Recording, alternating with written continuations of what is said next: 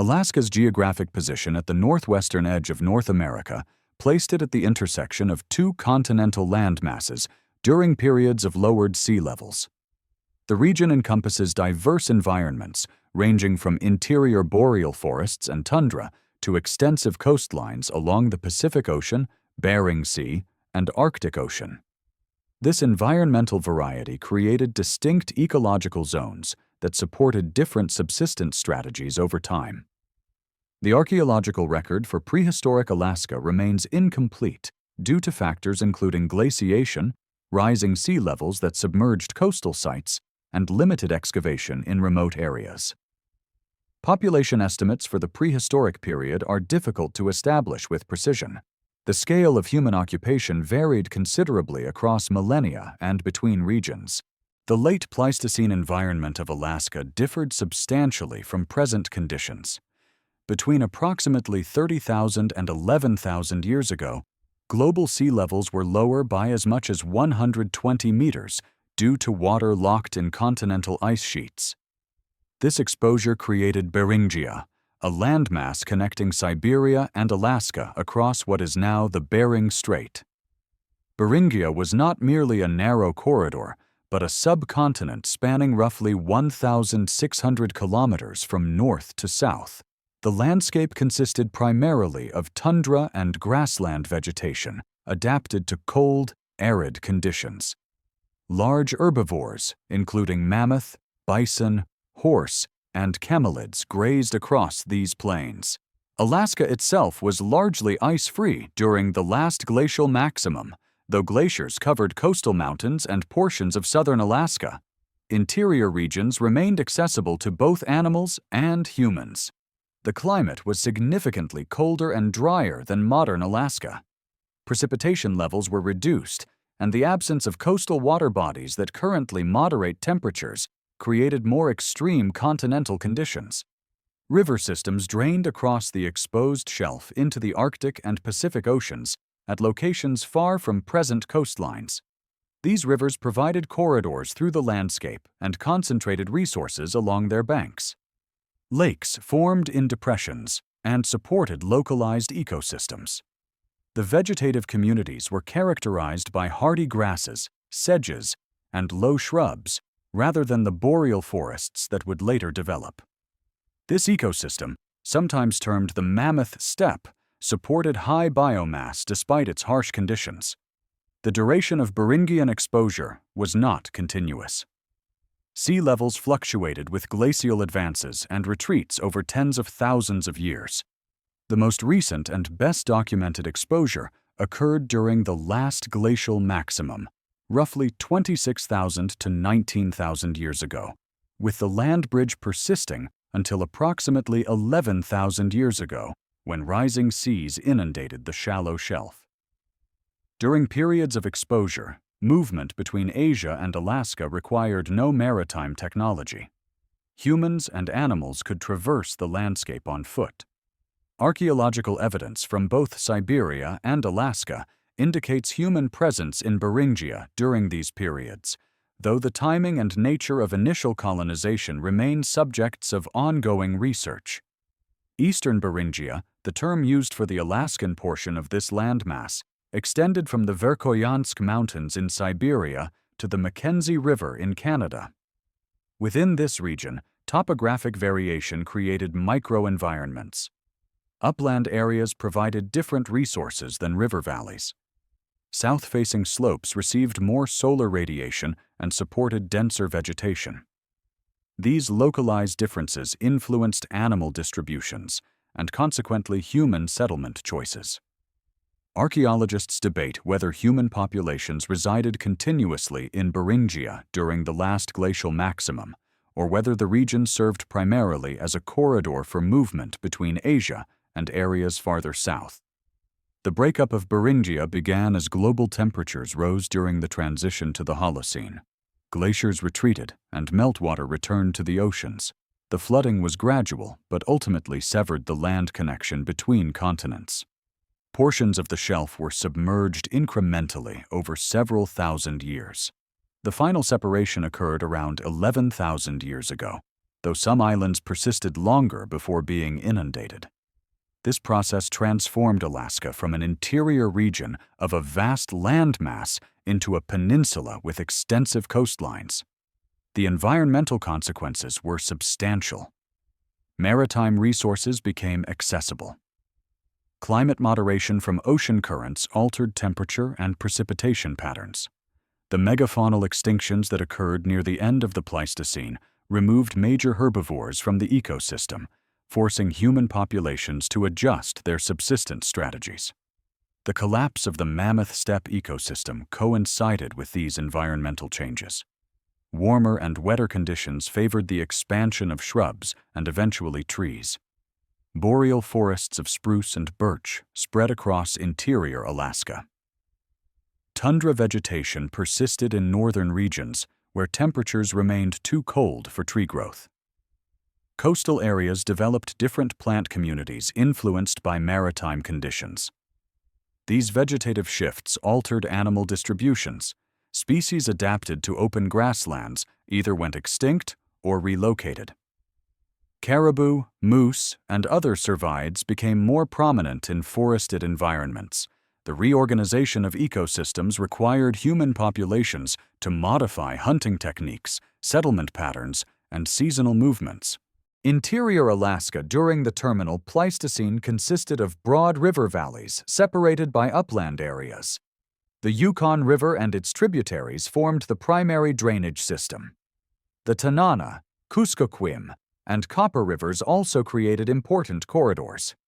These waterways provided transportation routes and concentrated resources including fish, waterfowl, and riparian vegetation.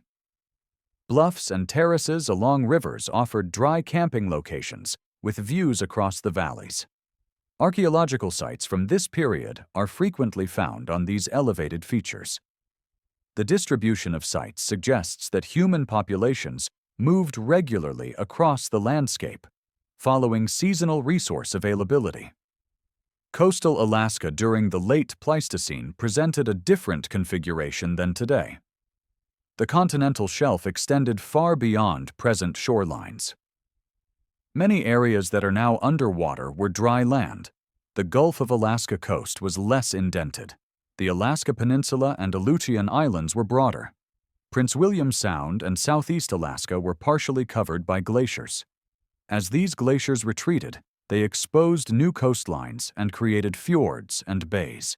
The archaeological evidence for coastal occupation during this early period is limited because many sites are now submerged. Researchers suggest that coastal populations may have been present, but remain archaeologically invisible due to sea level rise. The environmental conditions of late Pleistocene Alaska created both opportunities and constraints for human populations. The abundance of large game animals provided concentrated protein sources, but required hunting technology and group coordination. The cold climate demanded effective clothing and shelter. The low plant productivity limited vegetable foods. Seasonal variation in daylight and temperature required planning and resource storage. Archaeological evidence indicates that human groups successfully adapted to these conditions using stone tool technologies, controlled use of fire, and social organization strategies that remain partially understood. The question of when humans first arrived in Alaska remains contested among archaeologists. Genetic, linguistic, and archaeological evidence suggests that Native American ancestry derives from populations in Northeast Asia, with Alaska serving as the entry point to the Americas. The timing of this initial movement generates ongoing debate. Some researchers argue for human presence in Beringia before the last glacial maximum, potentially as early as 30,000 years ago. Others maintain that reliable evidence supports occupation only after approximately 15,000 years ago. The archaeological record provides limited definitive proof for either position. Sites claimed as pre-Clovis in Alaska face challenges related to dating, artifact identification, and stratigraphic integrity. Bluefish Caves in the Yukon Territory, just east of Alaska, has produced bone tools and cut-marked animal remains dated between 24,000 and 12,000 years ago. Some researchers accept these as evidence of human activity, while others argue the modifications could result from natural processes.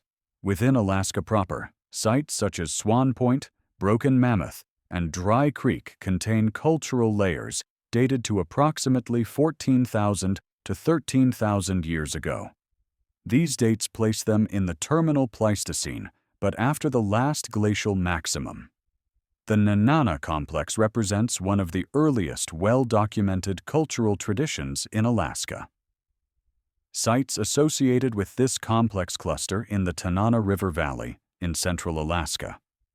Diagnostic artifacts include bifacial projectile points, end scrapers, and blade technology.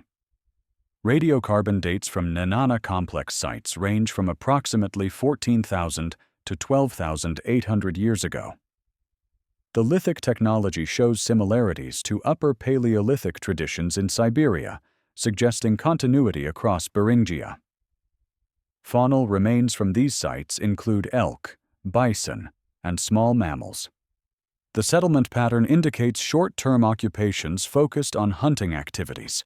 The Denali complex follows chronologically and shows distinct technological characteristics. Sites assigned to this complex contain microblades, wedge-shaped microblade cores, burins, and bifacial knives. Microblades are small, parallel-sided stone flakes struck from prepared cores. They were likely used as inserts in composite tools such as projectile points or knives.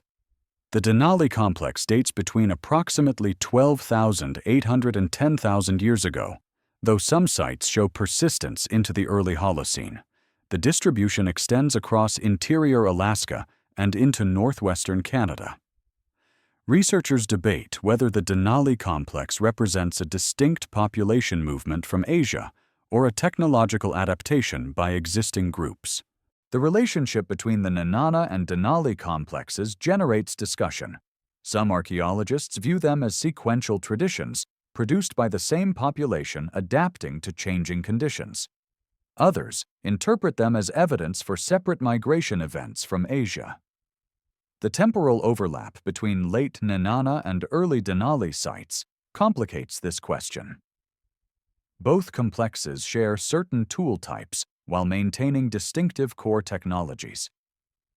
The absence of microblades in Nenana assemblages contrasts sharply with their prominence in Denali sites. This technological difference could reflect functional variation, seasonal activities, or cultural identity. Clovis culture, which appears across much of North America around 13,000 years ago, shows limited presence in Alaska. Clovis points are characterized by their fluted bases and careful bifacial flaking. They are abundant in the contiguous United States, but rare north of central Canada. A few isolated Clovis points have been found in Alaska, but no clear Clovis occupation sites exist. This distribution pattern raises questions about the relationship between Alaskan populations and groups farther south. Some researchers propose that Clovis developed south of the ice sheets from an ancestral population that passed through Alaska earlier. Others suggest that Alaska remained isolated from Clovis cultural influence due to geographic barriers or different subsistence focuses. The scarcity of archaeological sites from this early period reflects multiple factors. Alaska's vast territory contains millions of square kilometers, most of which have never been systematically surveyed. Human population densities were likely low. Groups were mobile and left minimal material traces. Site preservation varies considerably depending on geomorphological processes. River erosion has destroyed sites along valley bottoms. Permafrost dynamics disrupt stratigraphic contexts. Organic materials decay rapidly in acidic soils. These taphonomic issues mean that the absence of evidence cannot be interpreted as evidence of absence. Regional variation in site distribution is notable. Interior Alaska contains the majority of dated terminal Pleistocene sites. This concentration likely reflects both research history and preservation factors rather than actual population distribution. Central Alaska has been the focus of sustained archaeological investigation since the mid-20th century. The dry conditions and stable landforms in the Tanana Valley preserve sites effectively. Coastal areas have received less attention and face preservation challenges from rising sea levels. Northern Alaska has fewer known early sites, though this may change with additional research. The technological repertoire of these earliest Alaskan populations demonstrates sophisticated adaptation to cold environments. Bifacial tool production requires substantial skill and raw material knowledge. Microblade technology maximizes edge production from limited stone resources. Bone and antler tools, preserved in some sites, show working for needles, awls, and projectile points. These organic tools were essential for creating tailored clothing, constructing shelters, and processing hides. The presence of ochre at some sites indicates non-utilitarian concerns, though its specific use remains unknown. Subsistence evidence from early sites indicates reliance on large and medium-sized terrestrial mammals. Bison, elk, and caribou remains dominate faunal assemblages where bone is preserved. Small mammals, including ground squirrels and hares, also appear. Waterfowl bones occur at some locations. The absence of fish remains at most early sites could reflect preservation bias or actual subsistence patterns. Fish bones are fragile and less likely to survive than mammal bones. Alternatively, fishing may not have been emphasized during the terminal Pleistocene when terrestrial megafauna were available. Settlement patterns suggest high mobility. Sites are typically small, representing short-term camps rather than long-term villages.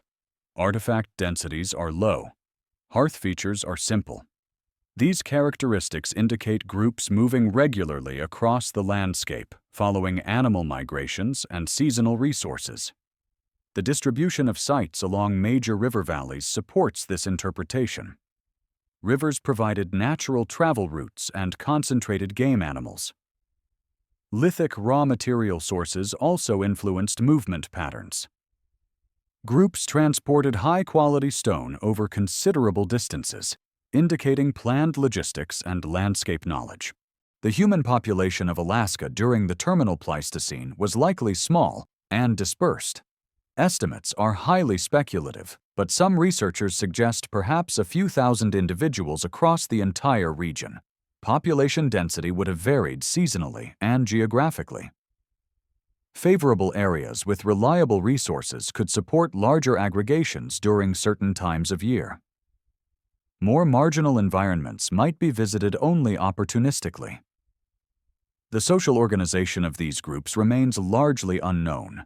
Ethnographic analogies suggest band-level organization with flexible membership and kinship-based cooperation.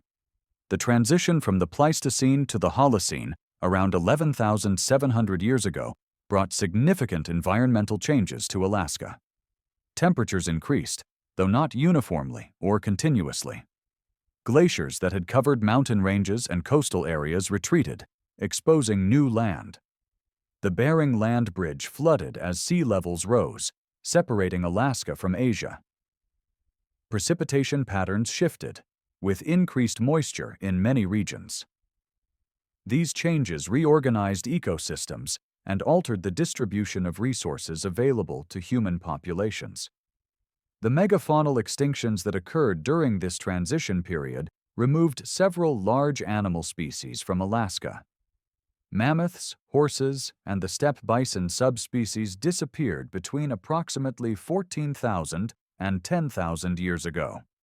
The causes of these extinctions remain debated. Climate change altered habitats and vegetation communities. Human hunting may have contributed, though the evidence for overkill is limited in Alaska compared to regions farther south. Disease, reduced genetic diversity in small populations, and combinations of multiple stressors are also proposed. The practical effect for human groups was the loss of major prey species that had supported subsistence for millennia. Vegetation communities transformed as temperatures warmed and moisture increased.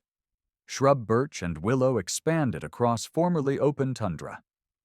Spruce forests began spreading northward from refugia in southern Alaska and Canada.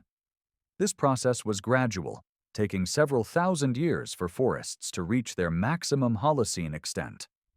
By approximately 9,000 years ago, boreal forest covered much of interior Alaska. Northern regions remained too cold for trees and maintained tundra vegetation.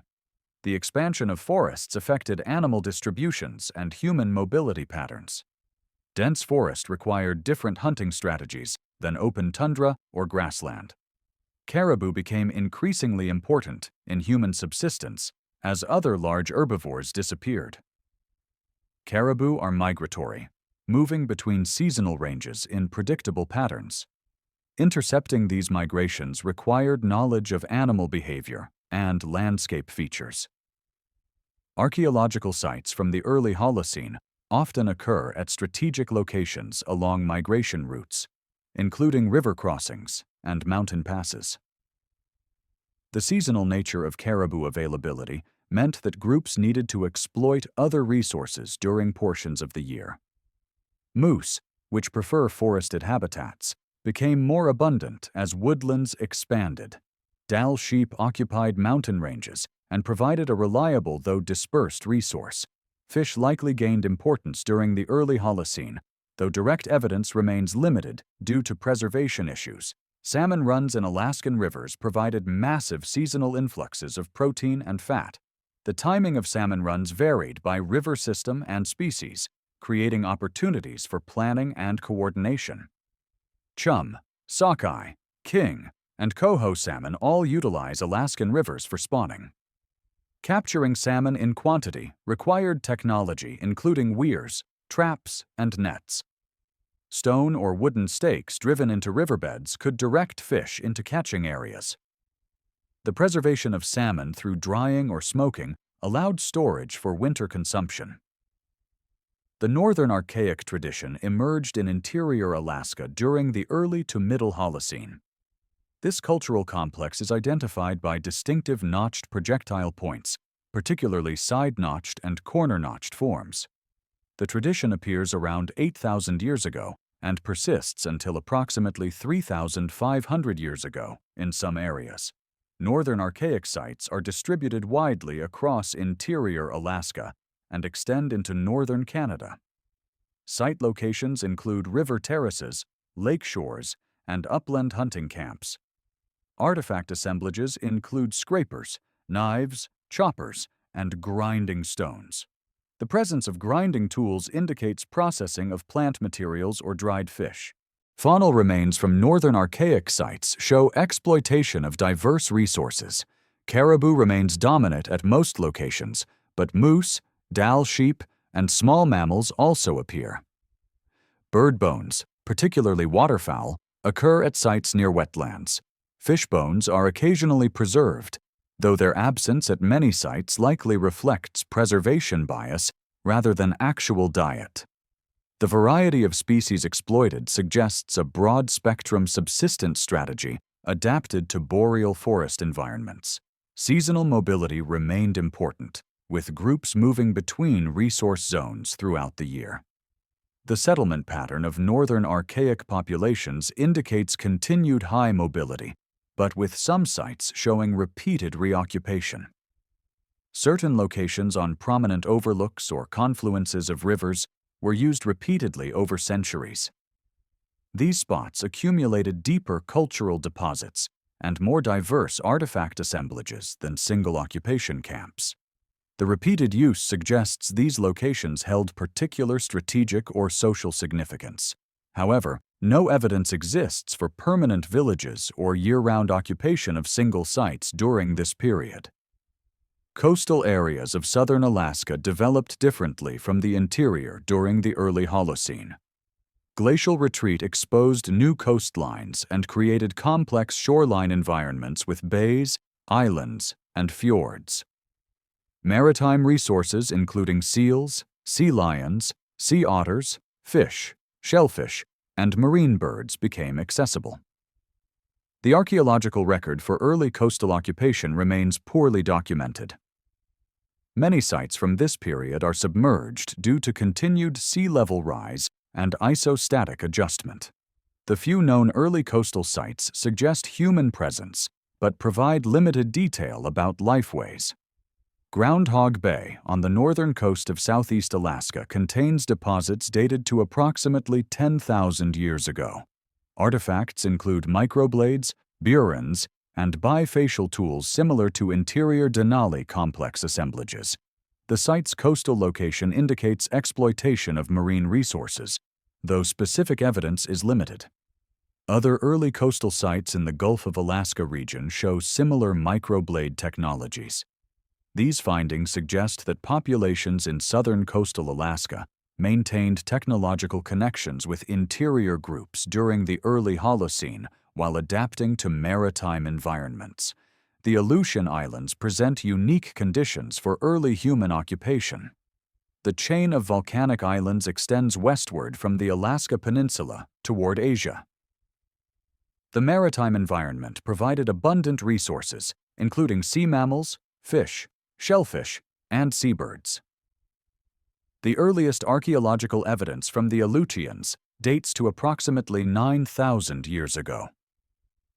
Sites on Unalaska and Umnak Islands contain stone tools, bone artifacts, and faunal remains. The tool assemblages include bifacial points and blades, but lack microblades. This technological difference from mainland sites suggests either a separate population or adaptation to local conditions. Climate variability during the early to middle Holocene affected resource availability and settlement patterns.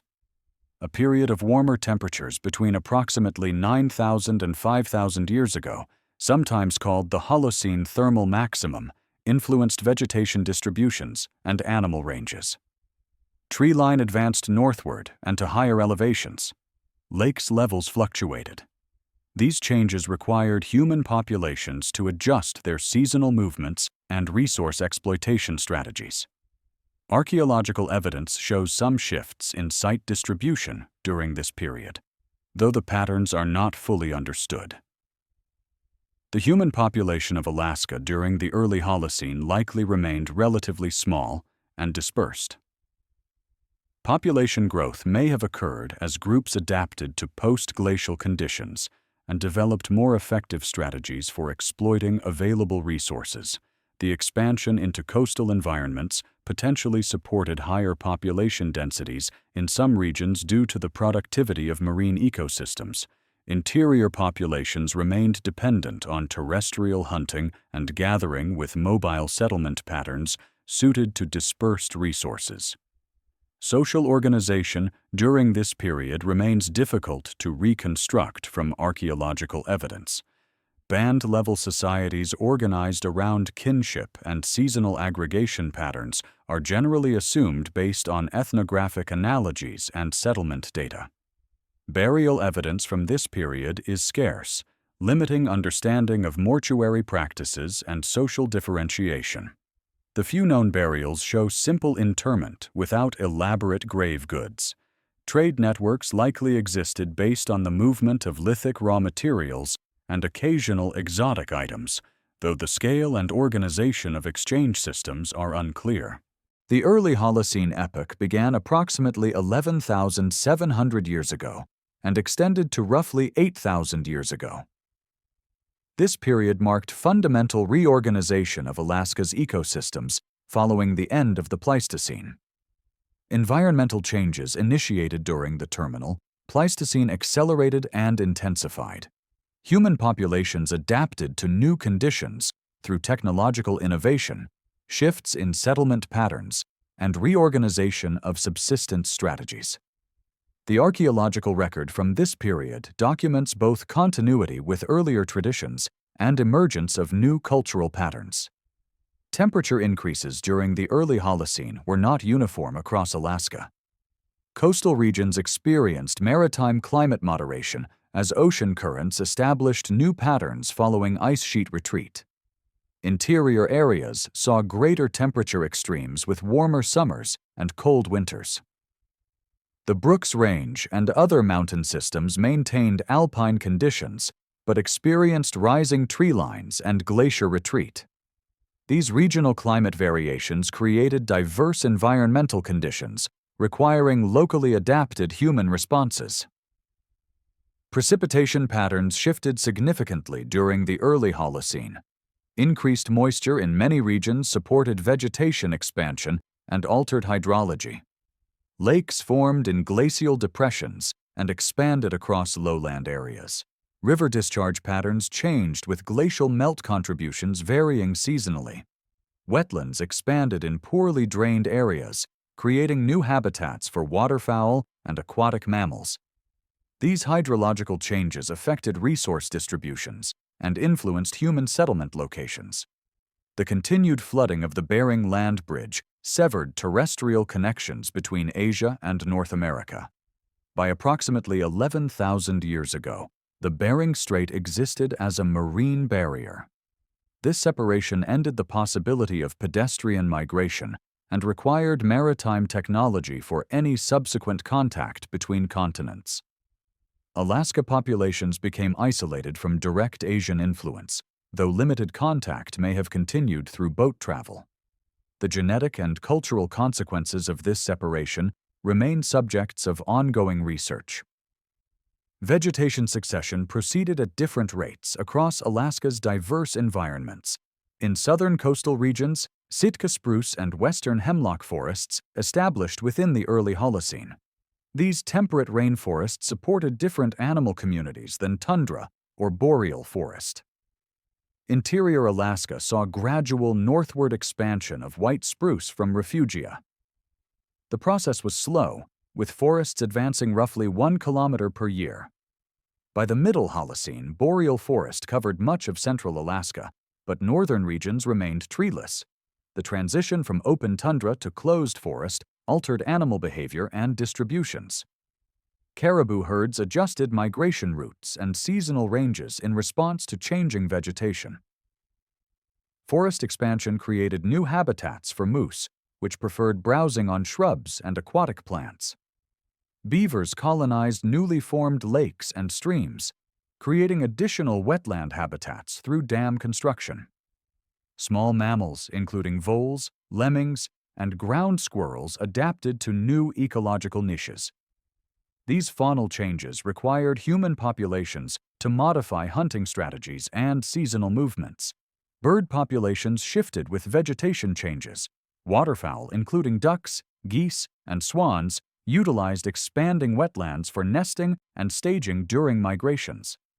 These birds provided seasonal resources during spring and fall migrations. Ptarmigan inhabited tundra and alpine zones, where they remained important prey. Grouse species colonized developing forests. Raptors, including eagles and owls, preyed on small mammals and fish. The diversity of bird species available to human hunters increased with habitat diversification. Archaeological evidence from the early Holocene shows continued occupation of interior Alaska by populations using technologies established during the terminal Pleistocene. The Nenana and Denali complexes persisted into the early Holocene at some sites. However, new technological patterns also emerged.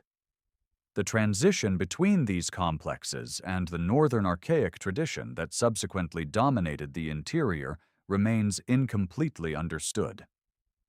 Some sites show stratigraphic sequences documenting this transition, while others show apparent discontinuity.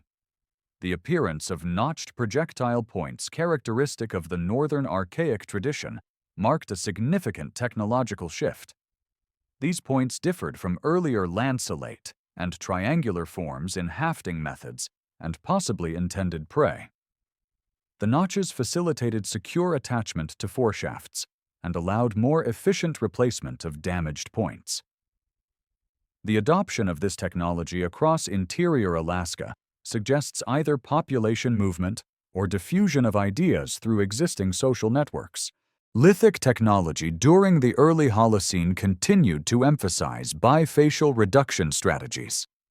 High-quality cryptocrystalline materials including chert, chalcedony, and obsidian were preferred when available. Quarrying at source locations intensified as populations became more familiar with material distributions across territories. Some quarry sites show evidence for initial reduction at the source, with rough preforms transported to use locations. This strategy reduced transportation costs while ensuring adequate raw material supplies. Groundstone technology appeared or intensified during the early Holocene. Grinding slabs and handstones processed plant materials, dried fish, and possibly ochre. The labor investment in manufacturing groundstone tools suggests processing activities that justified the effort. Plant processing likely focused on seeds, roots, and berries that required grinding for consumption or storage. Fish processing may have involved grinding dried fish into powder that could be stored compactly or mixed with fat. Organic technology from this period remains poorly preserved at most sites. The few locations with favorable preservation conditions document sophisticated bone and antler working. Eyed needles indicate tailored skin clothing manufacture. Barbed projectile points and fish spears show specialized hunting and fishing equipment. Awls and perforators processed hides and manufactured clothing and containers. The level of craftsmanship evident in preserved examples suggests that organic technology was as important as stone tools in daily life.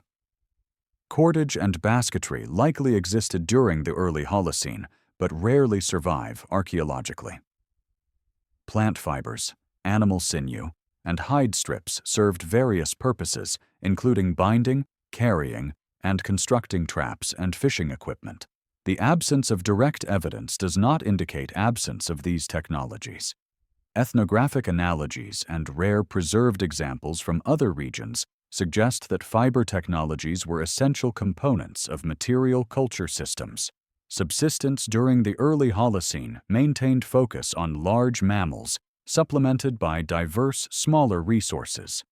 The extinction of megafauna forced greater reliance on caribou, moose, Dall sheep, and smaller game. This broadening of the subsistence base represented adaptation to post-Pleistocene conditions. Groups could not rely on single large prey species, but needed diverse strategies to ensure adequate nutrition throughout annual cycles. Seasonal scheduling became increasingly important as populations adapted to Holocene environments. Different resources peaked in availability at specific times, requiring careful planning and movement. Spring offered waterfowl migrations, fish spawning, and emerging plant growth. Summer provided peak plant productivity, fish runs, and hunting opportunities. Fall featured animal fat accumulation before winter, berry ripening, and preparation of stored foods. Winter required reliance on cached resources and hunting of animals in predictable wintering areas. The development of effective storage technologies enabled populations to buffer against seasonal and annual resource fluctuations. Drying, smoking, and freezing preserved fish and meat. Fat rendered from animals could be stored in containers. Plant foods, including berries, could be dried or preserved in fat. The ability to create food surpluses during productive seasons and store them for lean periods represented a crucial adaptation, supporting population stability and growth. Settlement patterns during the early Holocene showed both residential mobility and logistical organization. Base camps served as residential locations during particular seasons. Task groups traveled from base camps to resource locations and returned with processed foods. This pattern allowed efficient resource exploitation across territories while maintaining social group cohesion. Archaeological sites represent both base camps with diverse activities and special purpose locations focused on specific tasks. The location of base camps reflected multiple considerations, including resource access, water availability, fuel supply, and defensive positioning. River terraces provided elevated, well-drained locations with views across valleys. Proximity to fishing locations made some sites particularly attractive during salmon runs. Access to lithic raw materials influenced site selection in some areas. The repeated reoccupation of certain locations over centuries indicates that favorable spots were recognized and utilized consistently. Evidence for structures during the early Holocene remains limited. Most sites show only surface features, including hearths and artifact concentrations, suggesting temporary shelters. Hide tents or brush structures left minimal archaeological traces. The investment in structure construction would have varied by season and intended occupation duration. Substantial structures made sense for long-term winter camps, but not for brief summer hunting camps. Hearth construction techniques varied by context. Simple stone-lined hearths concentrated heat and protected fires from wind. Larger hearths with multiple fire areas suggest group activities, including cooking and tool manufacture. The distribution of artifacts around hearths indicates activity areas where specific tasks occurred. Stone tool manufacture debris concentrates where napping occurred. Food processing areas contain bone fragments and processing tools. Population dynamics during the early Holocene remain difficult to reconstruct. Some evidence suggests population growth as groups adapted more effectively to Holocene conditions. The number of archaeological sites appears to increase compared to the terminal Pleistocene, though this could reflect preservation bias or research intensity. Population growth would have been constrained by resource availability and infant mortality rates, typical of hunting and gathering societies. Social organization during the early Holocene likely consisted of flexible band structures. Kinship organized social relationships and regulated cooperation. Groups fissioned and fused depending on resource availability and social factors. Seasonal aggregations brought together multiple families for social activities, mate exchange, and information sharing. Winter dispersal reduced group sizes to levels sustainable by local resources. This flexibility allowed adaptation to variable environmental conditions. Territorial ranges during the early Holocene probably encompassed hundreds of square kilometers. Groups needed access to diverse resources distributed across landscapes. Annual movements followed predictable patterns based on resource seasonality, though flexibility existed to exploit unexpected opportunities or avoid resource failures. Territorial boundaries were likely flexible rather than rigidly defined, with overlap and sharing negotiated through social relationships. Exchange networks operated during the early Holocene, moving raw materials and finished goods across territories. The distribution of lithic materials from specific sources traces these networks. Exotic materials appearing at sites indicate either long-distance movement by residents or exchange with other groups. The social contexts of exchange remain uncertain, but likely included gift-giving, trade for specific items, and maintenance of alliance relationships. Ritual and symbolic behavior during the early Holocene remains archaeologically invisible, except through rare finds. Ochre at some sites suggests non-utilitarian concerns possibly related to body decoration, hide processing, or ritual activities. The scarcity of burial evidence limits understanding of mortuary practices and beliefs about death. Artistic expression through perishable media would not preserve archaeologically. The absence of evidence should not be interpreted as absence of symbolic thought and ritual behavior. The early Holocene represents a critical transition period in Alaska's prehistory. Human populations successfully adapted to dramatically changing environments through technological innovation, subsistence diversification, and settlement reorganization. The foundations established during this period shaped subsequent cultural developments across Alaska's diverse regions. The flexibility and adaptability demonstrated by early Holocene populations enabled long-term persistence in challenging environments. The period between approximately 5,000 and 1,200 years ago saw the development of distinct regional traditions across Alaska's interior. The Northern Archaic tradition, which had characterized interior adaptations during the early and middle Holocene, gradually transformed or was replaced by new cultural patterns. Archaeological complexes from this period show increasing regional differentiation as populations adapted to specific environmental conditions and resource bases. The interior encompasses diverse ecological zones, including river valleys, upland tundra, mountain ranges, and transitional forest tundra environments. The Late Denali complex represents a continuation or resurgence of microblade technology in some interior areas after approximately 4,000 years ago. Sites assigned to this complex contain wedge-shaped microblade cores, burins, and bifacial tools. The relationship between late Denali and earlier Denali complex manifestations generates discussion among researchers. Some view it as cultural continuity spanning several millennia. Others interpret it as a reintroduction of microblade technology from Asia or from northern regions where it had persisted. The distribution of late Denali sites concentrates in central Alaska along the Tanana River drainage. The Tuktu complex appears in northern Alaska around 4,500 years ago.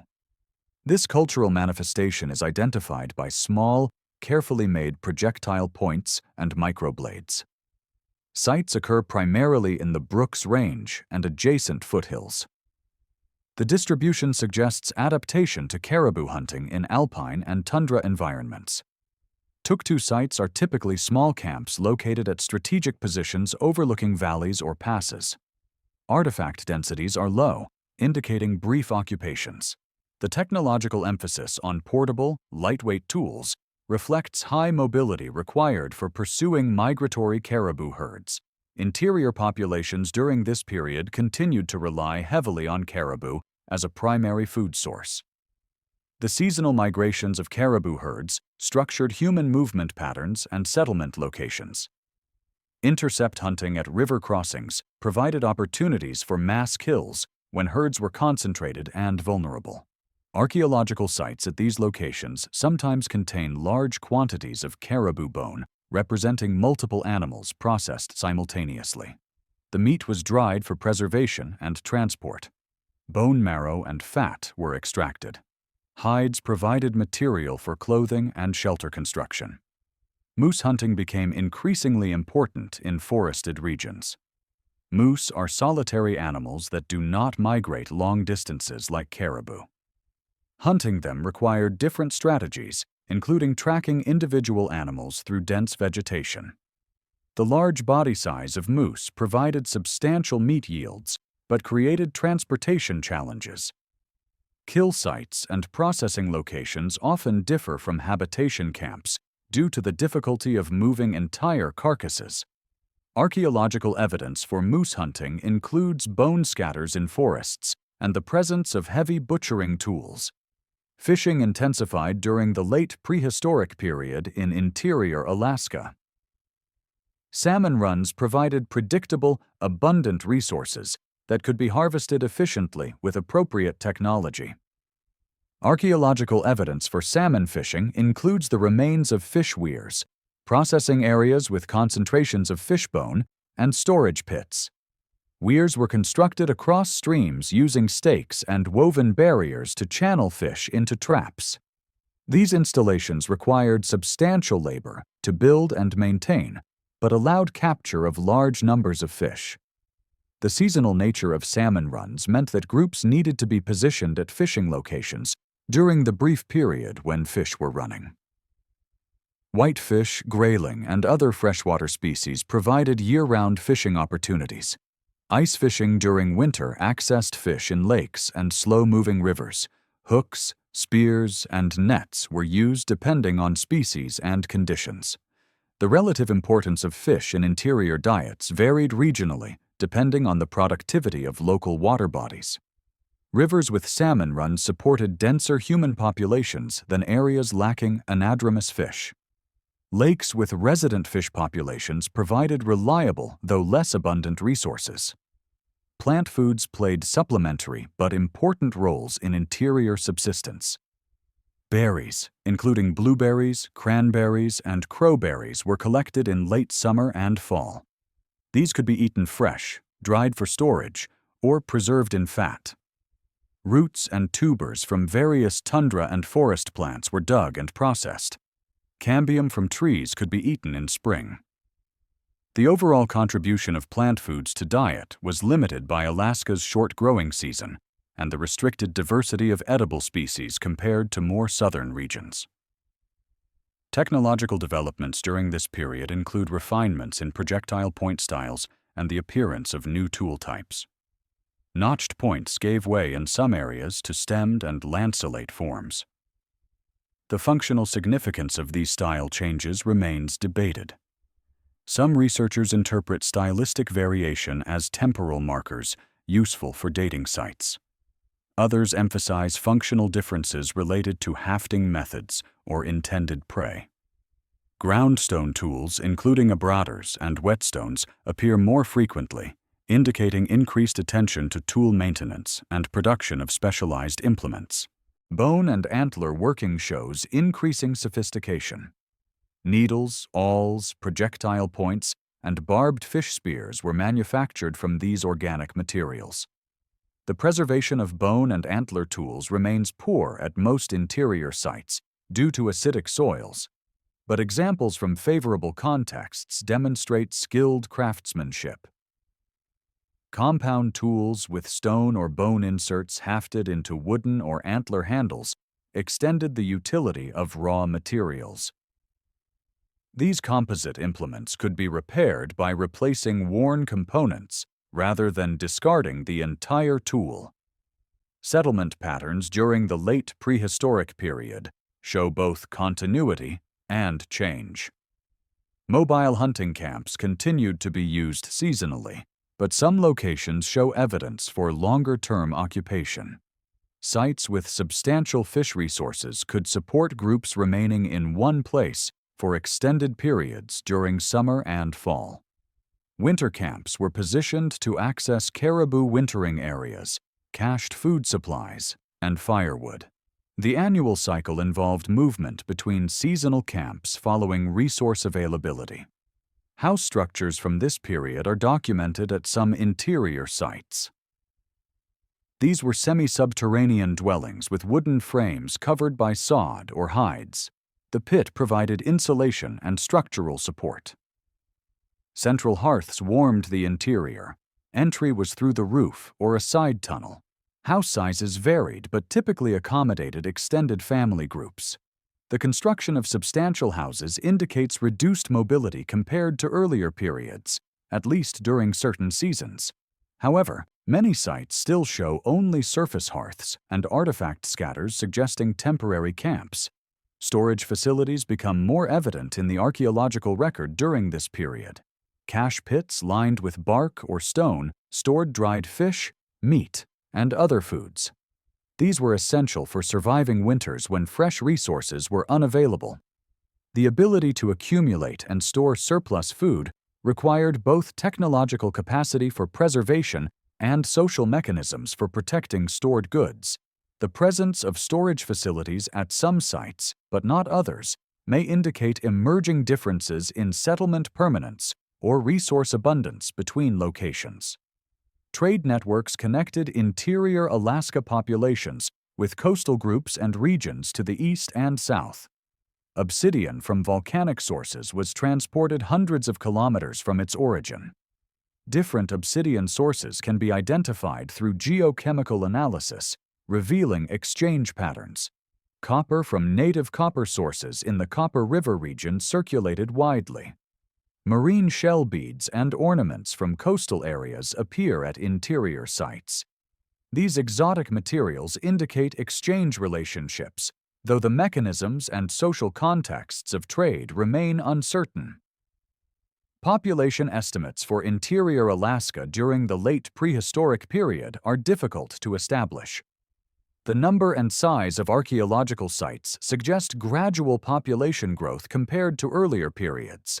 Increased reliance on storable resources like salmon may have supported larger group sizes and reduced mobility. However, total population likely remained small relative to the vast territory. Estimates ranging from a few thousand to perhaps 10,000 people across all of interior Alaska have been proposed, but rest on limited data. Regional variation in cultural patterns increased during this period. The Brooks Range, Tanana Valley, Yukon River drainage, and Kuskokwim region each show distinctive artifact assemblages and settlement patterns. This differentiation likely reflects adaptation to local ecological conditions and the development of regionally specific cultural traditions. The degree of interaction and gene flow between these regions remains uncertain. Linguistic diversity among historic interior Athabascan peoples suggests that differentiation extended beyond material culture to language and social identity. The development of maritime-adapted societies along Alaska's coasts represents a distinct trajectory from interior populations. Coastal environments provided different resources and required specialized technologies for their exploitation. The southern coast along the Gulf of Alaska, the Alaska Peninsula, and Aleutian Islands, the Bering Sea coast, and the Arctic coast, each presented unique ecological conditions. Archaeological evidence indicates that human occupation of these coastal zones intensified during the Middle and Late Holocene as populations developed effective strategies for harvesting marine resources. The Ocean Bay tradition on Kodiak Island and the adjacent Alaska Peninsula dates between approximately 7,500 and 4,000 years ago. Sites contained stone tools, including large bifacial knives, scrapers, and ground slate points. Ground slate technology involves shaping stone through pecking and grinding rather than flaking. This technique produces durable, smooth-edged tools, particularly effective for cutting fish and processing sea mammal hides. Ocean Bay sites also yield bone harpoon heads, fish hooks, and needles. Faunal remains include seals, sea lions, sea otters, fish, shellfish, and birds. The reliance on marine mammals characterizes Ocean Bay subsistence. Harbor seals could be hunted from shore or kayaks. Sea lions congregated at rookeries during breeding seasons, providing opportunities for mass hunting. Sea otters were taken for their dense fur. Whale bones appear at some sites, though whether whales were actively hunted or scavenged from strandings remains debated. The hunting of marine mammals required watercraft capable of operating in open ocean conditions. Direct evidence for boats is absent due to preservation issues, but the presence of offshore island sites and open water species in faunal assemblages indicates their existence. Fishing technology along the Gulf Coast included composite fishhooks made from bone or wood with stone or bone points. Net sinkers and line weights indicate the use of nets and lines for capturing fish. Halibut, cod, rockfish, and salmon were major targets. The abundance and predictability of salmon runs made them particularly important. Salmon could be harvested in massive quantities during brief periods and preserved through drying and smoking. This allowed accumulation of food surpluses, supporting larger populations and extended stays at favorable locations. Shellfish gathering provided supplementary protein and was particularly important during periods when other resources were scarce. Mussels, clams, and other bivalves could be collected from intertidal zones without specialized technology. The accumulation of shell middens at coastal sites documents intensive shellfish exploitation over centuries. These middens also preserve bone and other organic materials that would decay in most contexts, providing valuable information about diet and technology. Settlement patterns along the southern coast show preference for protected bays and estuaries. Sites occur on beaches, terraces, and spits, providing access to both marine and terrestrial resources. Some locations were occupied repeatedly over long periods, creating thick cultural deposits. House depressions at some sites indicate semi-permanent structures. These were likely occupied during resource-rich seasons, with populations dispersing to other locations during less productive periods. The degree of sedentism varied depending on local resource abundance. The Aleutian tradition developed in the Aleutian Islands between approximately 4,000 and 250 years ago. This cultural complex shows continuity with earlier occupations while developing distinctive characteristics. Aleutian sites contained sophisticated bone and ivory tools, including toggling harpoons, barbed fish spears, and needles. Stone tools include ground slate knives and projectile points. Labrets, ornaments worn in perforations below the lower lip, appear in Aleutian sites and indicate a cultural practice documented historically among Aleut peoples. Aleutian subsistence focused intensively on marine resources. Sea mammals, including seals, sea lions, sea otters, and whales, provided meat, fat, and raw materials.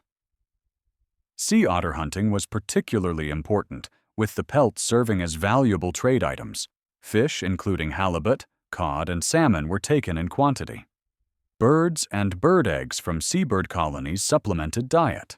Shellfish and sea urchins were collected from rocky shores. Terrestrial mammals were scarce in the islands, making marine resources essential rather than supplementary. Watercraft technology reached high levels of sophistication in the Aleutians. The kayak, or ikyaks in Aleut, was a skin-covered boat designed for hunting in rough ocean conditions. These were built with wooden frames lashed together and covered with sea mammal hides. The design emphasized speed, maneuverability, and seaworthiness. Hunters used kayaks to pursue sea otters, seals, and other marine mammals offshore. Larger open boats called baidarkas transported people and goods between islands. The construction and maintenance of these watercraft required specialized knowledge and substantial labor. Housing in the Aleutian tradition consisted of large, semi-subterranean structures. These were excavated into hillsides or coastal terraces with wooden or whalebone frameworks supporting sod roofs. Entry was through the roof via a notched log ladder. Multiple families occupied single structures, which could be quite large. Archaeological examples measuring 10 meters or more in length have been documented. The communal nature of housing suggests extended family or multifamily residential groups. Internal features include hearths, sleeping platforms, and storage areas. The Norton tradition emerged along the Bering Sea coast of western Alaska around 3,000 years ago. This cultural complex is identified by pottery, small projectile points, and ground slate tools. Norton pottery consists of fiber-tempered vessels with simple forms and minimal decoration. The appearance of pottery in Alaska represents an innovation that improved cooking efficiency and food storage. Pots could be placed directly in fires for boiling and allowed preparation of foods difficult to cook by other methods.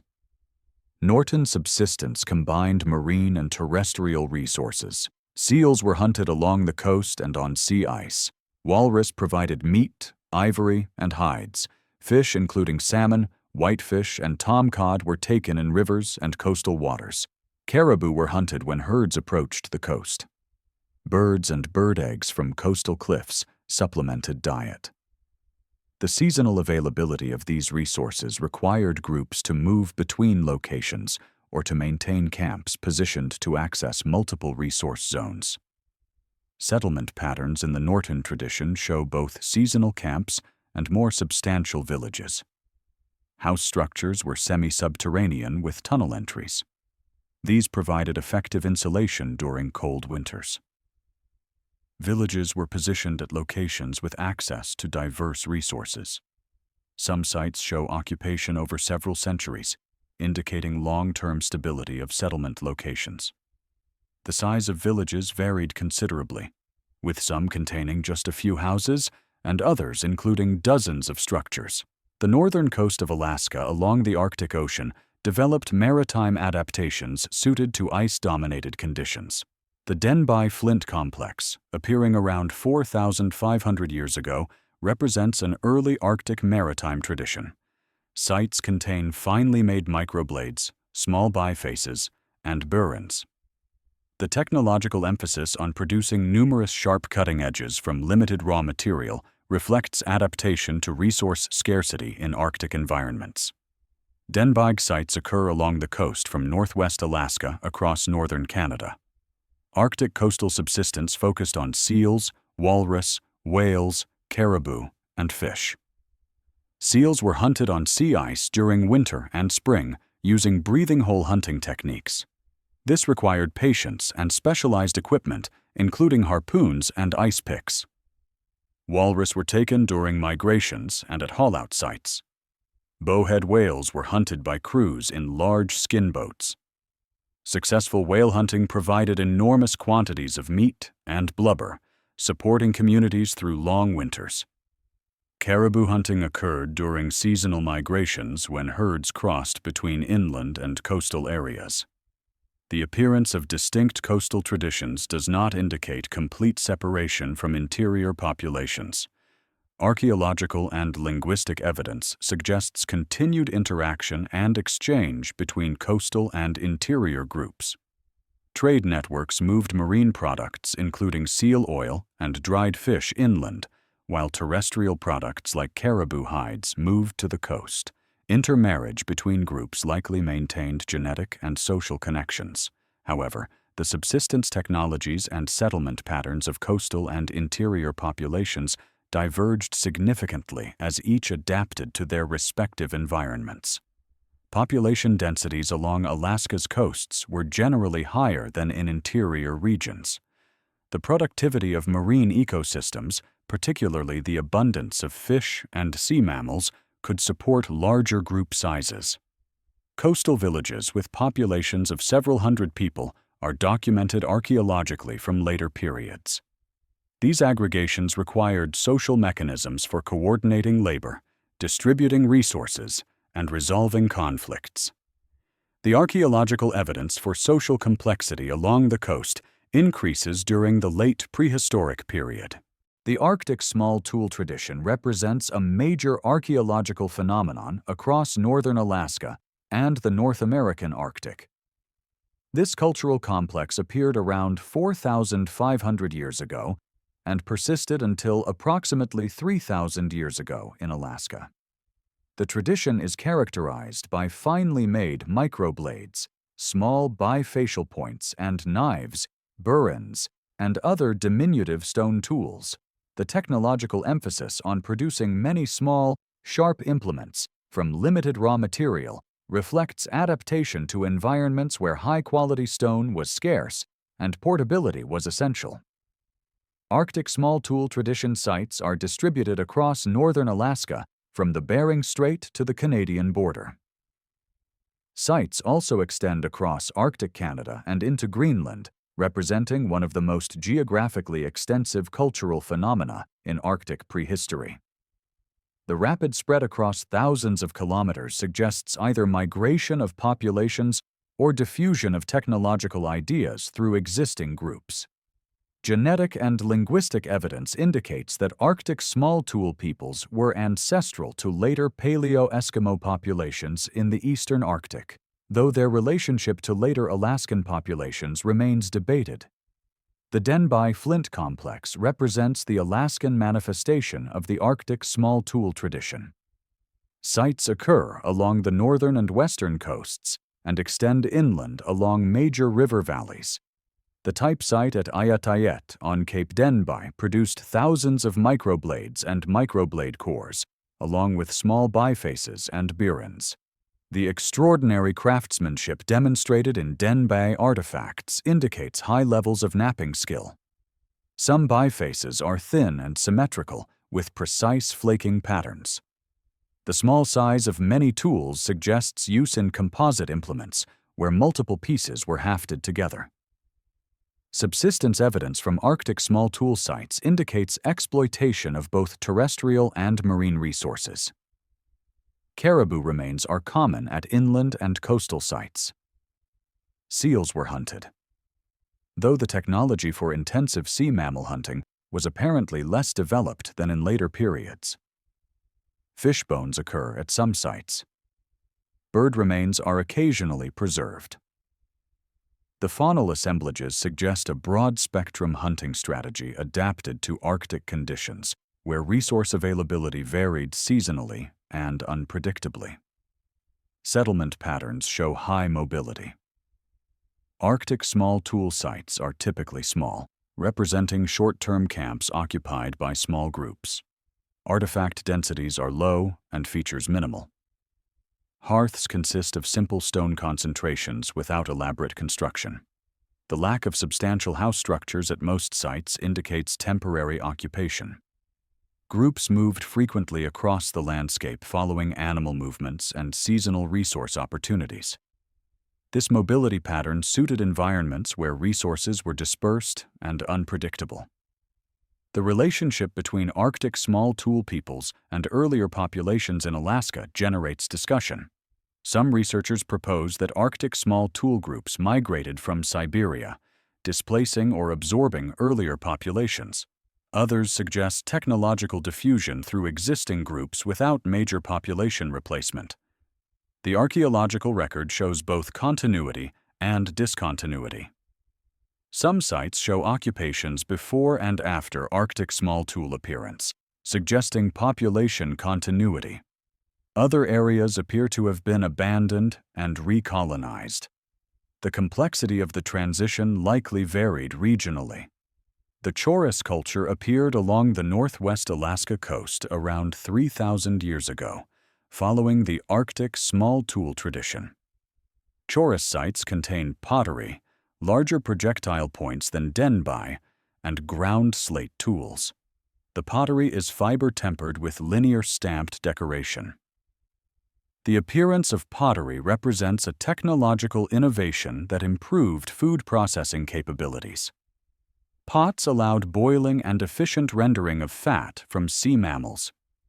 The larger projectile points suggest changes in hunting technology, possibly related to different prey species or hunting methods. Choris subsistence emphasized marine mammals more heavily than earlier Arctic small tool tradition populations. Seal bones dominate faunal assemblages at Choris sites.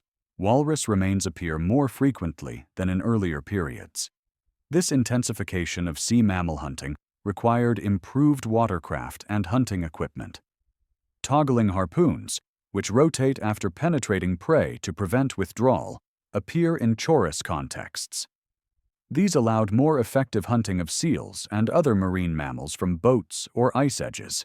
The Norton culture, mentioned previously in coastal contexts, also occupied parts of northern Alaska during this period. Norton sites in the north show similarities to Choris, but also distinctive characteristics.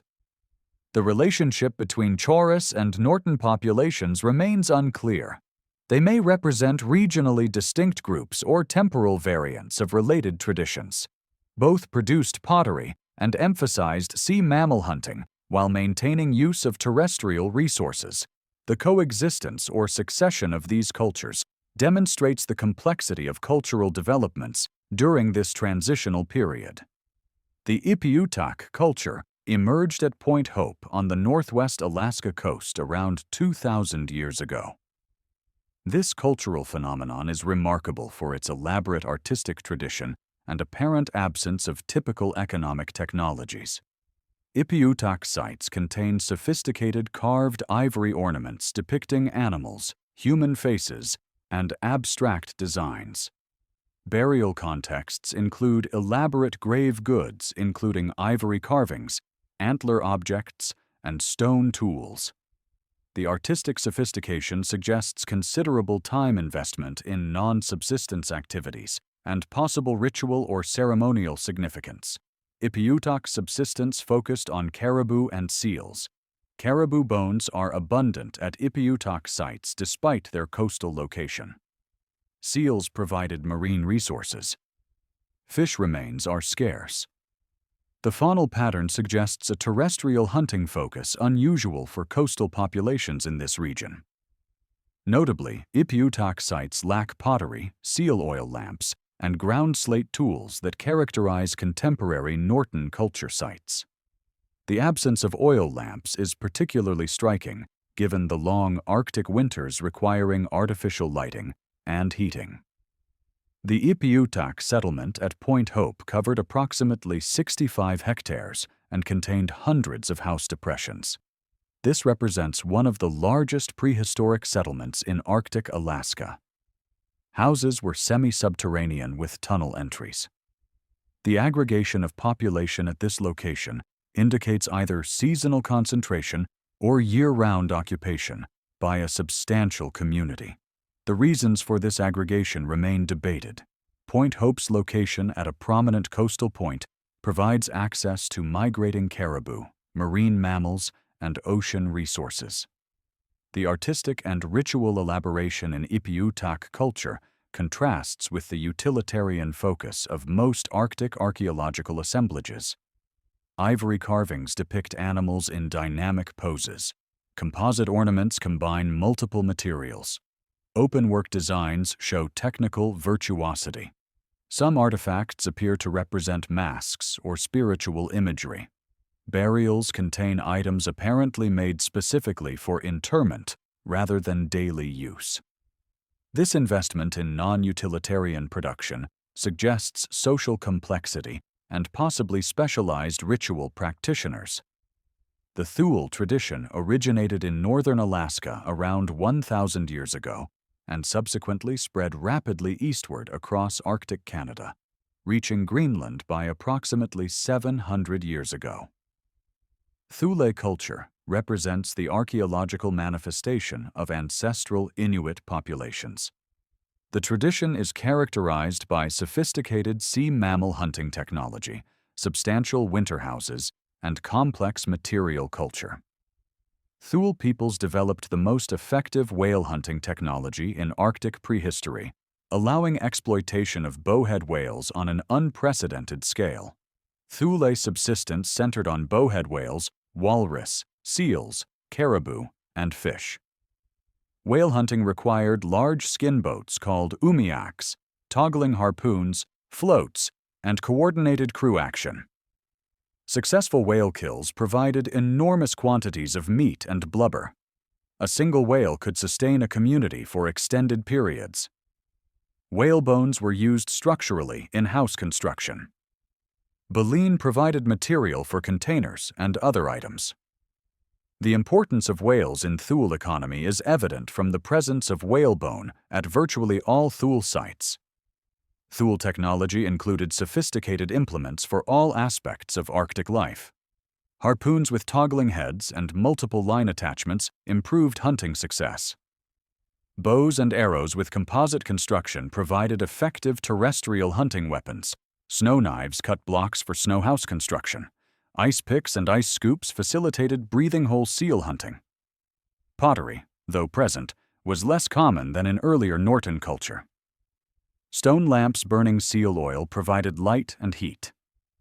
Sleds drawn by dogs enabled winter transportation of goods and people. Thule houses were semi-subterranean structures using whale bones, driftwood, or stone for frames covered with sod. Interior sleeping platforms elevated occupants above cold floors. Central passages with side storage chambers provided entries. These substantial structures indicate winter occupation at permanent village sites. Summer camps were lighter structures or tents positioned to access seasonal resources. The settlement pattern combined sedentary winter villages with seasonal mobility. The rapid expansion of Thule culture across the Arctic occurred during a climatic period called the Medieval Warm Period.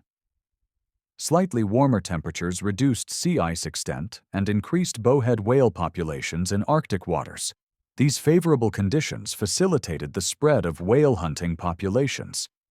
Archaeological evidence shows Thule sites appearing across Arctic Canada within just a few centuries. This expansion displaced or absorbed earlier Dorset culture populations in the eastern Arctic. The late prehistoric period in Alaska, spanning approximately the last 1,500 years before European contact, shows increasing regional differentiation and population growth in some areas. Archaeological evidence indicates intensification of resource exploitation, expansion of trade networks, and development of more complex social organization in certain regions. The period encompasses diverse cultural traditions adapted to Alaska's varied environments. Climate fluctuations during this time affected resource availability and settlement patterns across the territory. Interior Alaska during the late prehistoric period continued to be occupied by populations practicing mobile hunting and gathering adapted to boreal forest and tundra environments.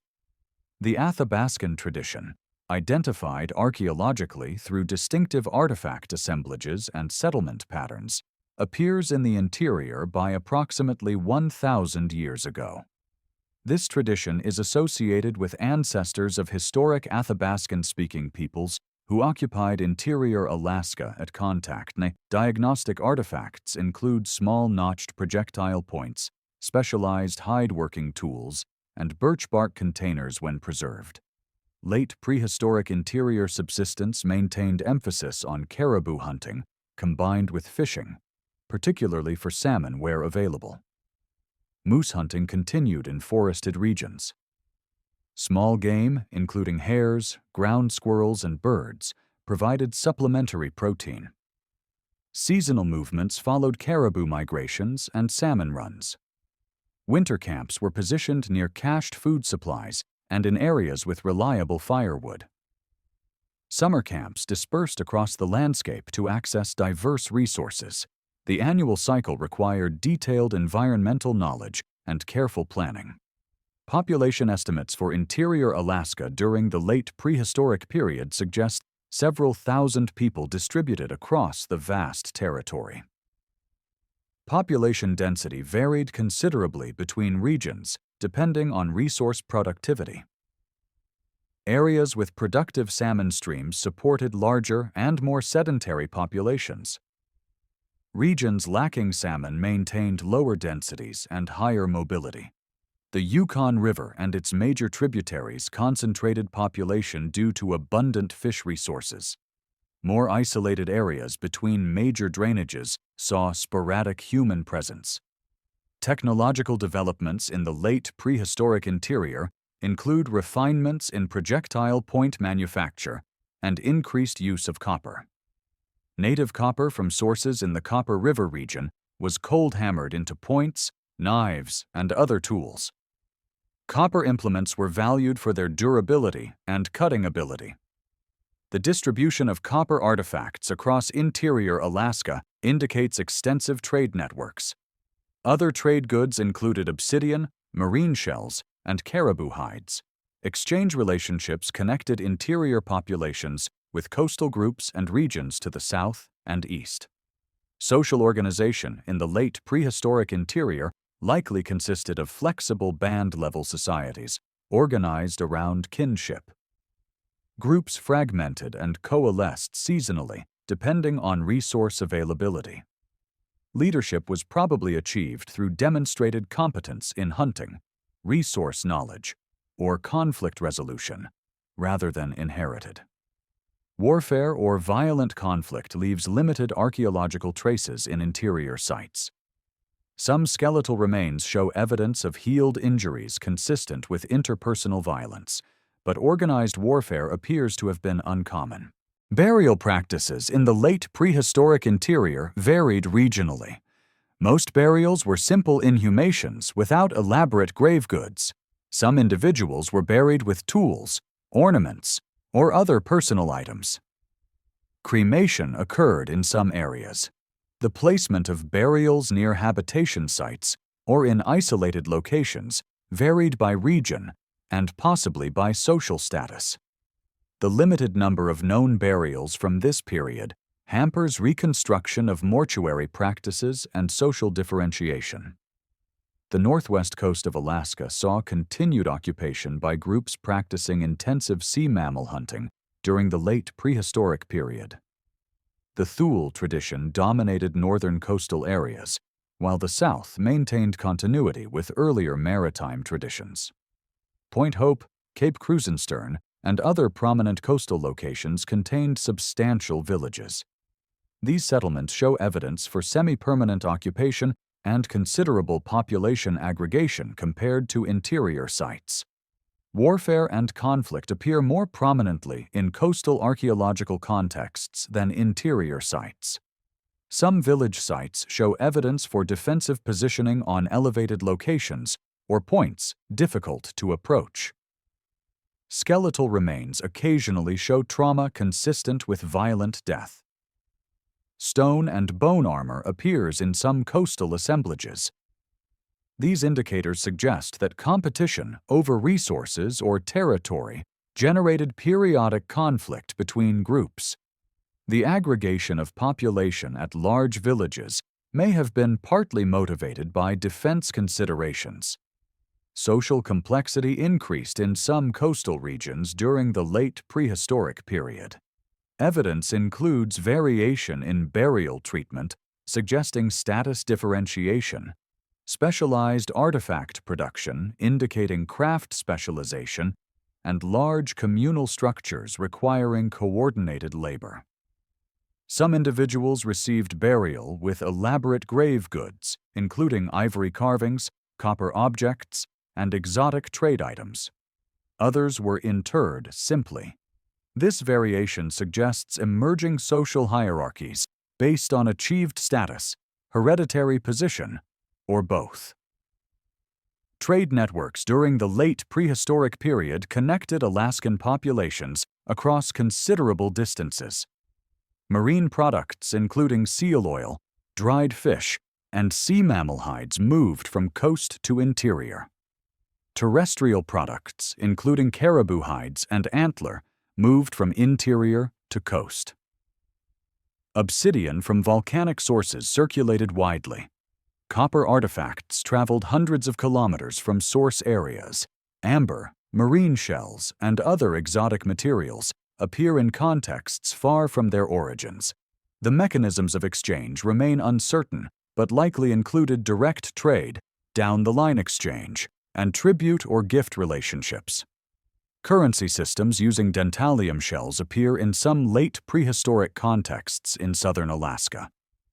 Dentalium shells were valued for ornament and exchange. The shells originate from Pacific coast waters, and their presence in interior Alaska indicates long-distance trade connections. The use of standardized valuables for exchange suggests economic complexity beyond simple barter. Other shell types also served ornamental and exchange functions, though their value relative to dentalium remains unclear. The Kodiak Archipelago and adjacent Alaska Peninsula developed distinctive late prehistoric traditions. The Koniag culture, dating approximately 800 to 250 years ago, represents the archaeological manifestation of ancestral Alutiiq peoples. Koniag sites contain sophisticated maritime technology, including toggling harpoons, composite fishhooks, and elaborate bone and ivory carvings. Ground slate knives and projectile points dominate stone tool assemblages. Housing consisted of large semi-subterranean structures accommodating multiple families. Koniag subsistence focused intensively on sea mammals, fish, and shellfish. Salmon were harvested in massive quantities and preserved through drying. Halibut, cod, and other groundfish provided year-round resources. Seals, sea lions, and sea otters were hunted from kayaks. Whale hunting occurred, though its scale remains debated. Shellfish gathering supplemented marine resources. The productivity of Kodiak waters supported dense populations estimated at several thousand people across the archipelago. Koniag society showed evidence for social stratification. High-status individuals received elaborate burial treatment. Whaling equipment and other valuable items accompanied some interments. Large communal houses may have been controlled by wealthy families. Warfare occurred periodically, evidenced by defensive sites, armor, and trauma on skeletal remains. Raiding between villages for resources, captives, or prestige appears to have been part of social life. The combination of resource abundance, population density, and social competition created conditions favoring complex social organization. The Aleutian Islands maintained continuity in maritime adaptation through the late prehistoric period. Aleut populations exploited sea mammals, fish, birds, and shellfish, using sophisticated technology refined over millennia. Village sites contained large multifamily houses. Population estimates for the Aleutians at contact range from 12,000 to 15,000 people distributed across the island chain. This represents one of the highest population densities in prehistoric Alaska relative to land area. Climate fluctuations during the late prehistoric period affected populations across Alaska. The medieval warm period, roughly 950 to 1250 years ago, brought slightly warmer temperatures facilitating thule expansion in northern regions. Subsequent cooling during the Little Ice Age, beginning around 650 years ago, created more challenging conditions. Sea ice extent increased in Arctic waters. Growing seasons shortened. These changes required populations to adjust subsistence strategies and settlement patterns. Some areas may have experienced population decline or abandonment during particularly cold phases. The overall population of Alaska at the end of the prehistoric period likely numbered between 50,000 and 80,000 people, though estimates vary considerably. Coastal regions supported the highest densities due to marine resource productivity. The Northwest Arctic coast, Kodiak and the Alaska Peninsula, the Aleutian Islands, and Southeast Alaska contained the largest population concentrations. Interior Alaska maintained lower densities distributed along major river systems. Northern interior regions remained sparsely populated. This distribution pattern reflected environmental productivity and the effectiveness of subsistence technologies in different ecological zones. Russian explorers and fur traders first made contact with Alaska native populations in the mid-18th century. Vitus Bering's expedition reached the Alaska coast in 1741. Subsequent Russian expeditions explored the Aleutian Islands and southern Alaska coast. The primary Russian interest was fur extraction, particularly sea otter pelts, which commanded high prices in Asian markets. Russian contact initially concentrated in the Aleutians and along the Gulf of Alaska coast. Interior and northern regions remained largely unknown to Russians until the 19th century. The impact of Russian contact on Alaska native populations was severe and immediate in some regions. Disease epidemics introduced by Europeans devastated populations lacking immunity to Old World pathogens. Smallpox, measles, influenza, and other diseases spread rapidly through native communities. Mortality rates in some areas exceeded 50% during initial epidemics. The Aleut population, estimated between 12,000 and 15,000 at contact, declined to approximately 2,000 by the early 19th century. Kodiak and the Alaska Peninsula experienced similar catastrophic losses. Coastal populations generally suffered earlier and more severely than interior groups due to earlier and more intensive contact. Russian economic exploitation disrupted traditional subsistence patterns and social organization. The Russian-American Company, granted monopoly control over Alaska, forced Aleut and Alutiiq men to hunt sea otters under a labor conscription system. Hunters were taken far from home communities for extended periods. This removed productive males from villages and interfered with traditional hunting and fishing cycles. Women and children left in villages faced food shortages. The intensive hunting pressure rapidly depleted sea otter populations, undermining both Russian profits and native subsistence. Violence accompanied Russian expansion in some areas. Aleut communities that resisted Russian demands faced retaliation. Russian forces destroyed villages and killed resistors. Hostage-taking ensured compliance with labor demands. Sexual exploitation of native women occurred. These actions fragmented communities and traumatized populations already suffering from disease and economic disruption.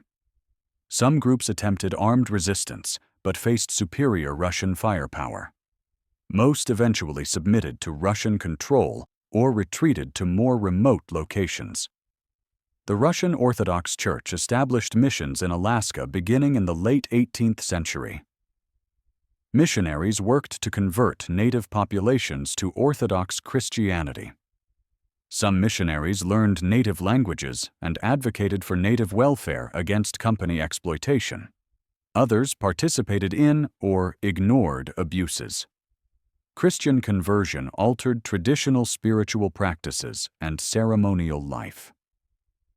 Russian Orthodox Christianity did establish roots in some Alaska Native communities and persisted after American acquisition.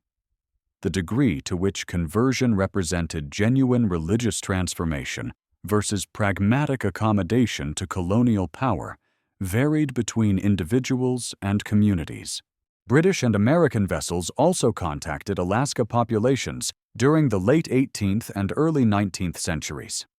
Maritime fur traders operating along the coast engaged in trade with native groups.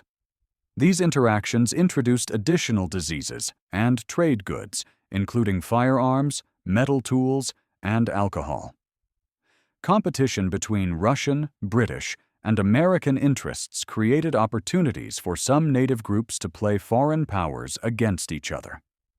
Tlingit groups in southeast Alaska maintained greater autonomy and resisted Russian expansion more successfully than Aleuts or Alutiiq peoples. Interior Alaska populations experienced delayed contact compared to coastal groups. Russian explorers penetrated the interior via major rivers in the early 19th century.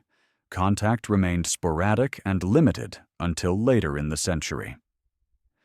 Interior Athabascan groups therefore avoided the most severe early impacts of colonization. Disease did spread to interior populations through native trade networks before direct European contact occurred. Epidemics moved ahead of the physical presence of Europeans, causing population decline before sustained interaction began. The Inuit populations of northern Alaska had minimal contact with Russians. Distance and the lack of fur resources in the Arctic meant Russian interest remained minimal. Some indirect contact occurred through trade networks and occasional exploration. British and American whalers began operating in Arctic waters in the mid-19th century, bringing northern Alaska into sustained contact with outsiders. These interactions introduced diseases, altered traditional exchange networks, and created dependency on imported goods. Population estimates at contact vary by region and methodology. Coastal southern Alaska populations are estimated at 30,000 to 40,000 people before contact. The Aleutian Islands contained 12,000 to 15,000. Southeast Alaska held perhaps 10,000 to 15,000.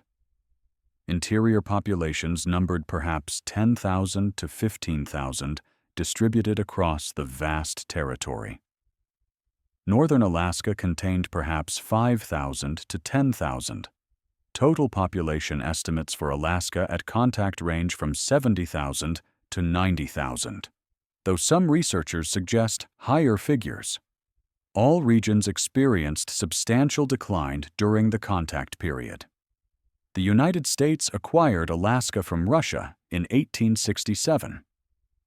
American interest initially focused on fur resources, fishing, and minerals. Contact between Americans and Alaska natives followed patterns established during Russian control in many areas. Exploitation continued, though, under different administrative structures. Disease remained a constant factor reducing populations. New epidemics occurred periodically throughout the late 19th and early 20th centuries. Each outbreak caused additional mortality among populations still recovering from previous epidemics. The collapse of traditional subsistence economies accelerated during the American period. Commercial fishing operations competed with native fisheries for salmon. Reindeer herding was introduced in an attempt to create alternative livelihoods, but met with mixed success. Wage labor opportunities drew people away from traditional territories. Mission schools worked to suppress native languages and cultural practices. Federal policies aimed at assimilation undermined traditional social organization and leadership structures. These changes fundamentally altered Alaska Native lifeways within decades of sustained American control. The prehistoric period in Alaska ended not with a single event, but through a process of sustained contact, disease, and disruption, extending over more than a century. The transitions occurred at different times in different regions. Some coastal areas experienced collapse by the early 19th century. Interior regions maintained greater continuity until later. Arctic populations avoided the most severe impacts until the 20th century. The archaeological record documents millennia of human adaptation to Alaska's diverse environments. The cultural traditions, technologies, and social organizations developed during the prehistoric period provided the foundation upon which Alaska Native peoples built responses to colonization. The prehistoric populations of Alaska demonstrated sophisticated adaptation to challenging environments through technological innovation, detailed environmental knowledge, and flexible social organization across more than 14,000 years of occupation.